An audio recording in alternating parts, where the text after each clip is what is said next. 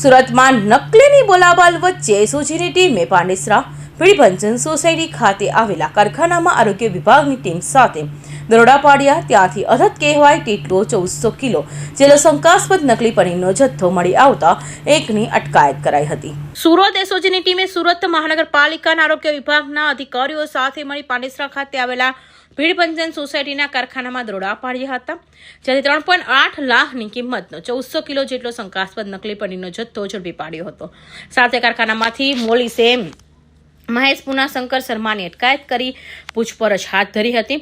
તો કારખાનામાંથી પનીર બનાવવા માટેની પેસ્ચરાઇઝ મશીનરી, હોમનાઇઝર મશીનરી, વેન્યુચરી મશીનરી, સ્ટોરેજ અને વજન કાંટા સહિતનો મુદ્દામાલ પડી પોલીસે 25 લાખનો મુદ્દામાલ સીઝ કર્યો હતો।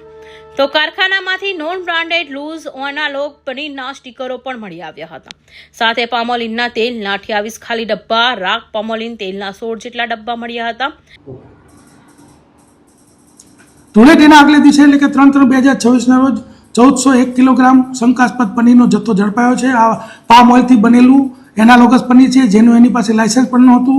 આ વ્યક્તિનું નામ છે મહેશ શર્મા, કે જેણે લૂઝ પનીરનો જથ્થો બનાવતો હતો અને ત્યાં ઝડપાઈ ગયો છે પાંડેસરા વિસ્તારમાં। એના ગાળાની અંદર આ પનીર છૂટક ધર્મરાજ ડેરી, ઓમ સાંઈ ડેરી, રાધેકૃષ્ણ ડેરી, રાજ કમલ ડેરીમાં રોજ 400 કિલોગ્રામ જેટલું એ સેલ કરતો હતો। 220 રૂપિયાની અંદર સેલ કરતો હતો અને પામોલીન ઓઇલ, દૂધનો પાવડર તથા એસિડનો ઉપયોગ કરી અને આ નકલી પનીર બનાવતો હતો।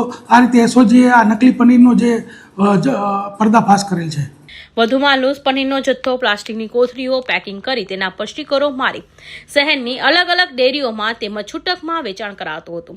છેલ્લા 2 વર્ષથી શંકાસ્પદ પનીરનો જથ્થો બનાવવામાં આવતું હોવાનું અને પ્રતિ દિવસ 400 કિલો જેટલું પનીરનું ઉત્પાદન કરવામાં આવતું હોવાનું સામે આવ્યું છે। Bureau report, Hind TV news, Surat.